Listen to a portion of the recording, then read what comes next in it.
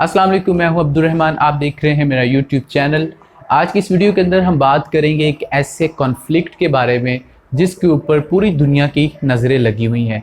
दुनिया के जितने भी बड़े बड़े प्लेयर्स हैं, जितने भी वर्ल्ड पावर्स हैं, वो सारे की सारे इस कॉन्फ्लिक्ट में किसी न किसी तरह इन्वॉल्व ज़रूर हैं, डायरेक्टली या इनडायरेक्टली किसी न किसी तरीके से वो इस कॉन्फ्लिक्ट में ज़रूर शामिल हैं। कुछ पावर्स ऐसी हैं जिन्होंने इसको अपने बिजनेस के तौर पर लिया है और अपना असला बेच रहे हैं। मैं बात कर रहा हूं अज़रबैजान और आर्मीनिया के दरमियान में। पिछले कुछ दिन से आपने मीडिया के ऊपर देखा होगा एक कॉन्फ्लिक्ट जो कि एक टेरिटरी के रिलेटेड है। जैसे इंडिया और पाकिस्तान का कश्मीर इशू है, इसी तरह आर्मीनिया और अज़रबैजान के दरमियान नागोर्नो कराबाख एक रीजन है। इसके मुतल्लिक हम आज की वीडियो में बात करेंगे। इस वीडियो में हम सबसे पहले डिस्कस करेंगे ये जो एरिया है अज़रबैजान आर्मेनिया, इसकी जो जियोग्राफिक जियोपॉलिटिकल इंपॉर्टेंस है, इसको हम देखेंगे। और उसके बाद इस कॉन्फ्लिक्ट के बारे में हम बात करेंगे कि आखिर ये कॉन्फ्लिक्ट कब से चल रहा है, ये कॉन्फ्लिक्ट क्यों पैदा हुआ, इस सब को हम डिस्कस करेंगे। और उसके बाद वीडियो में एंड पर हम डिस्कस करेंगे अलायंसेस के बारे में, क्योंकि इसके अंदर इस कॉन्फ्लिक्ट के अंदर जो सबसे इंपॉर्टेंट और इंटरेस्टिंग चीज़ है वो कुछ अलायंसेस है। ऐसे अलायंसेस है जो कि कोई मामूली अलायंसेस नहीं, बहुत ही गैर मामूली सूरत हाल है। अगर हम इन दोनों ममालिक की बात करें तो अज़रबैजान और आर्मीनिया यूरेशियन रीजन के पार्ट है जो कि साउथ कॉकेसस में वाक़या है। यूरेशियन रीजन की अगर हम बात करें तो ये एक ऐसी पट्टी है जो कि कॉन्टिनेंट एशिया को कॉन्टिनेंट यूरोप के साथ मिलाती है। तो ये दोनों ममालिक उस पट्टी के ऊपर वाक़या है। अज़रबैजान के साथ जो और कुछ ममालिक है उसमें रशिया का कुछ सॉदर्न पार्ट और इसके अलावा जॉर्जिया वाक़या है।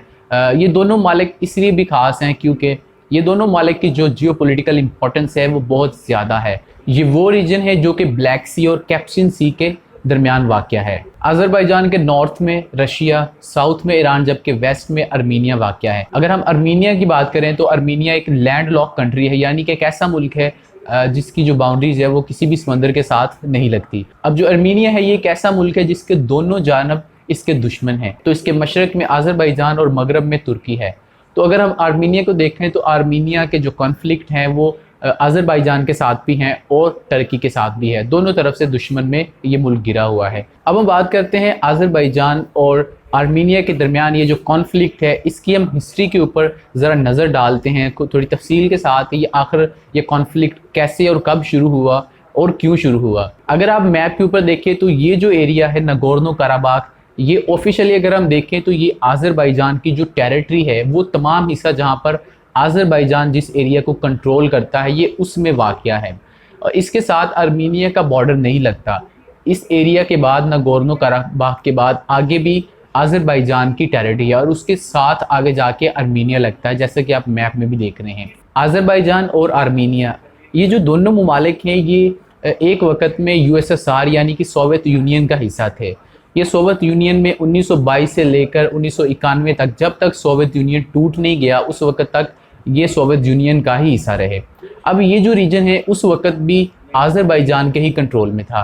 अज़रबैजान जैसा कि आप जानते हैं कि एक मुस्लिम मेजॉरिटी कंट्री है, जबकि आर्मेनिया एक क्रिश्चियन मेजॉरिटी कंट्री है। जब सोवियत यूनियन में ये दोनों ममालिक थे तो उस वक्त ये सोवियत यूनियन की रियासतें थी, मुल्क नहीं था। तो इनके दरमियान में थोड़ा बहुत तो कॉन्फ्लिक्ट ज़रूर था, लेकिन इस तरह का कॉन्फ्लिक्ट नहीं था जो कि आज है, क्योंकि अब ये दोनों सॉवरेन कंट्रीज़ हैं। तो सोवियत यूनियन में जब ये पार्ट थे तो उस वक्त ये जो एरिया है यहाँ पर क्रिश्चियन मेजॉरिटी थी और जो अज़रबैजान का एरिया इसमें उस वक्त भी मुस्लिम मेजॉरिटी थी। 1980s में जब सोवियत यूनियन अफ़गानिस्तान में आया तो यहाँ पर अमेरिका, पाकिस्तान, सऊदी अरब, इनका जो इत्तेहाद था, एक अलायंस था, उससे सोवियत यूनियन को बुरी तरह शिकस्त हुई और सोवियत यूनियन के टुकड़े टुकड़े हो गए। लेकिन जब सोवियत यूनियन अफ़गानिस्तान में आया और हर दिन के साथ लग रहा था कि ये जो है मज़ीद वीक हो रहा है और एक दिन लग रहा था कि सोवियत यूनियन टूट जाएगा। इस नागोर्नो कराबाख के एरिया में उस वक्त जो क्रिश्चियन मेजॉरिटी थी, कुछ लोग ऐसे थे, उनको जब ये बात वाज़ेह हो गई कि जैसे ही सोवियत यूनियन टूटेगा तो ये दो अलग अलग कंट्रीज़ बन जाएंगी, जो कि आज अज़रबैजान और आर्मीनिया है। तो इन्होंने आर्मीनिया के साथ लॉबिंग शुरू कर दी मज़हब के बुनियाद पर। ये मज़हब की बुनियाद पर इन्होंने आर्मीनिया के साथ इल्हाक का फ़ैसला कर लिया, लेकिन अज़रबैजान को ये बात बिल्कुल काबिल कबूल नहीं थी। जब नागोर्नो कराबाख की टेरिटरी में मौजूद उन लोगों ने आर्मीनिया के साथ इल्हाक का फ़ैसला किया तो उस वक्त ये दोनों सोवियत यूनियन का हिस्सा थे। तो इन दोनों रियासतों के दरमियान लड़ाई शुरू हो गई, इनके दरमियान एक कॉन्फ्लिक्ट शुरू हो गया। और ये कोई ऐसी वैसी लड़ाई नहीं थी, ये बाकायदा तौर पर आहिस्ता आहिस्ता एक जंग की शक्ल इख्तियार कर गई। 1988 में ये लड़ाई शुरू हुई है। 1991 में सोवियत यूनियन टूट गया, ये दोनों मुल्क बन गए, लेकिन ये जो लड़ाई थी ये चलती रही। 6 साल तक ये लड़ाई चलती रही और 1994 के अंदर सीज़ फायर हुआ। दोनों मुल्कों ने इस बात के ऊपर इत्तेफाक किया कि हम सीज़ फायर कर लेते हैं। ये बात मैं आपको बता दूं कि उस वक्त 1994 में इस कॉन्फ्लिक्ट का कोई सोल्यूशन तो नहीं निकला था, लेकिन एक सीज़ फायर हो गया, एक जंग बंदी का ऐलान कर दिया गया। अब 1994 से लेकर 2020 तक लगातार इस एरिया की वजह से, इस टेरिटरी की वजह से आर्मेनिया और अज़रबैजान के दरमियान जो ताल्लुकात हैं वो कशीदा ही रहते हैं। ये पाकिस्तान और इंडिया वाला हिसाब है। आप कह सकते हैं कि ये जो एरिया है ये पाकिस्तान और इंडिया के दरमियान, जिस तरह कश्मीर कॉन्फ्लिक्ट है, इसी तरह नगोर्नो कराबाख इन दोनों मुल्कों के दरमियान कॉन्फ्लिक्ट है। 6 साल की इस लड़ाई के अंदर तकरीबन कहा जाता है कि 28 से लेकर 33,000 अफराद हलाक हुए और लाखों ऐसे लोग थे जो कि इस कॉन्फ्लिक्ट के नतीजे में मुतासर हुए। बहुत सारे लोगों को अपने घर बार छोड़कर जाना पड़ा, बहुत सारे लोग ज़ख्मी हुए। अब जिस तरह से पाकिस्तान और इंडिया पिछले 73 साल से कश्मीर इशू की वजह से आप कह सकते हैं कि हर वक्त हालत जंग में ही है। किसी भी वक्त दोनों मुल्कों के दरमियान हालात कशीदा हो जाते हैं। LOC के ऊपर सीज़ फायर जो है उसकी खिलाफ वर्जियाँ की जाती हैं दोनों तरफ से, हम कह सकते हैं। अगर इस रीजन के हवाले से अगर हम UN की रेजोल्यूशंस देखें तो UN की जो इसके ऊपर रेजोल्यूशंस है उसके मुताबिक उनका बहुत ही वाज़ेह मौक़िफ़ है कि ये जो एरिया है ये अज़रबैजान का हिस्सा है और आर्मेनिया को इस इलाके से निकलना चाहिए।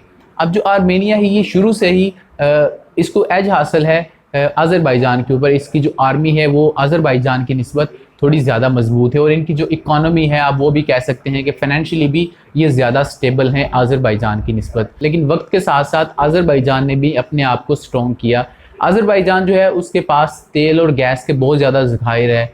हाइड्रोकार्बन्स की वजह से ये एक आप कह सकते हैं एक अमीर मुल्क है। इस वक्त 2020 में यूरोप की जो तेल की ज़रूरियात है वो 5% जो है वो अज़रबैजान से पूरी की जाती है। इसने यूरोप के साथ अपनी जो तिजारत है उसको बहुत ज़्यादा वसी किया है। जैसा कि वीडियो के अंदर मैंने आपको बताया कि इस एरिया के अंदर ये एरिया जो है वो अज़रबैजान की टेरिटरी में आता है, लेकिन यहाँ पर आर्मीनिया की जो अफवाज हैं वो यहाँ पर मौजूद है। और इसी एरिया में नहीं बल्कि इस एरिया के साथ जो एरियाज़ है जिनके अंदर किसी तरह का कोई कॉन्फ्लिक्ट भी नहीं है और वो एरियाज अज़रबैजान का हिस्सा है। आर्मीनिया की जो आर्मी है वो उन इलाकों में भी जा चुकी है। अब हम बात करते हैं इस कॉन्फ्लिक्ट में अलायंसेस के। इस कॉन्फ्लिक्ट में जो अलायंसेस बने हैं वो बहुत ही ज़्यादा इंटरेस्टिंग है।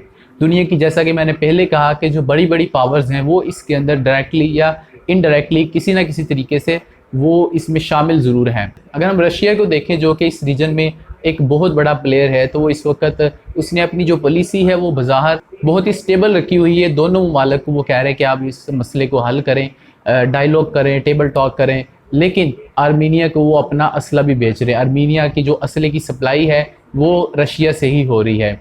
इसके अलावा पाकिस्तान का हमसाया भारत जो है वो भी इस वक्त आर्मीनिया को सपोर्ट कर रहा है। आर्मेनिया के साथ भारत का कोई बॉर्डर तो नहीं लगता, इतनी दूर से भारत जो है वो उस मामले में इंटरेस्ट लिए हुए है। उसकी मेन रीज़न ये है क्योंकि पाकिस्तान जो है वो अज़रबैजान को सपोर्ट कर रहा है। तो दुश्मन का दुश्मन जो है वो दोस्त होता है। पाकिस्तान जो है वो अज़रबैजान की वजह से आज तक इस एरिया की वजह से पाकिस्तान ने आर्मेनिया को तस्लीम ही नहीं किया। 1991 में जब ये दोनों मुल्क वजूद में आए तो तुर्की के बाद पाकिस्तान दूसरा मुल्क था जिसने अज़रबैजान को तस्लीम किया था, लेकिन आर्मीनिया को पाकिस्तान ने आज तक तस्लीम ही नहीं किया।